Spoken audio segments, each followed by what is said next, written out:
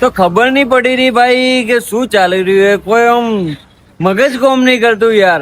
હવે સરકારને મારી ભાઈ એવી અપીલ છે કે ભાઈ તમે ગેસના બાટલા બંધ કરો તો કોક ચાલુ કરો. હવે અમે ઘેર ચૂલો હળગાવશો. જનરેશન તો જોવો ભાઈ કેવી ચાલે. હવે હોય હું ચૂલો હળગાવું તો કેવું લાગે. એટલે હળગાઈ દેવો, ધંધા માટે તો કોઈ બી કરશો. પણ ભાઈ સરકારને ભાઈ મારી નમ્ર વિનંતી છે કે ભાઈ ગેસના બાટલા ભલે બંધ કર્યા, અમારે હોય ધંધાનું શું કરવાનું? અમારે તો રોજી રોટી જ આ હે. આ કરશો તો કોક ખાઓ, બાકી ભાઈ શું કરીએ હવે કો.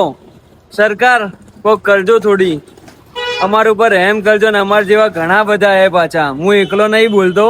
આ જેટલા ધંધાવાળા, જેટલા હોટલો વાળા, નાસ્તા વાળા, ચા વાળા, આ તે બધોને આ બધી પ્રોબ્લેમો થઈ ગઈ ગેસના બાટલાની. કારણ કે પાલનપુરમાં બધા દોડમ દોડે, બધોના ધંધા બંધ થઈ ગયા. હવે અમારે આયરો બાટલો એ 2 દિવસ ચાલશે. 2 દિવસ કેડે અમારે બી લારીને રજા આવશે.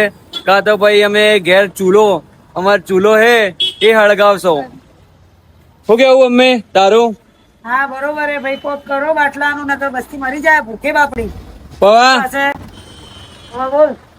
પવા આવ્યો શું કે તારી પાસે જાગા આ બંધ થઈ જાય તો અમારે ઘરમાં ઘર કોણ પૂરું કરવા આવશે? અમારે નેટ 150-200 પગારે, અમારે રોજ ઘેર ડોસીડું હોય, ઘર પૂરું કરવા આવશે. હા ભાઈ પવાનું જો રિએક્શન જો તમે કોક કરો યાર. હવે હું આ લારી લઈને બેઠો હું, એના મારા જોડે પવો કોમ કરે તો હવે હું લારી જ નહીં ખોલું તો પવન આલુંગા શું? રોજી રોટી કઈ રીતના હેડશે? તો કોક કરો આ વસ્તુનું. મેન વસ્તુ એ છે કે ધંધો બધો એના ઉપર જ છે અમારે.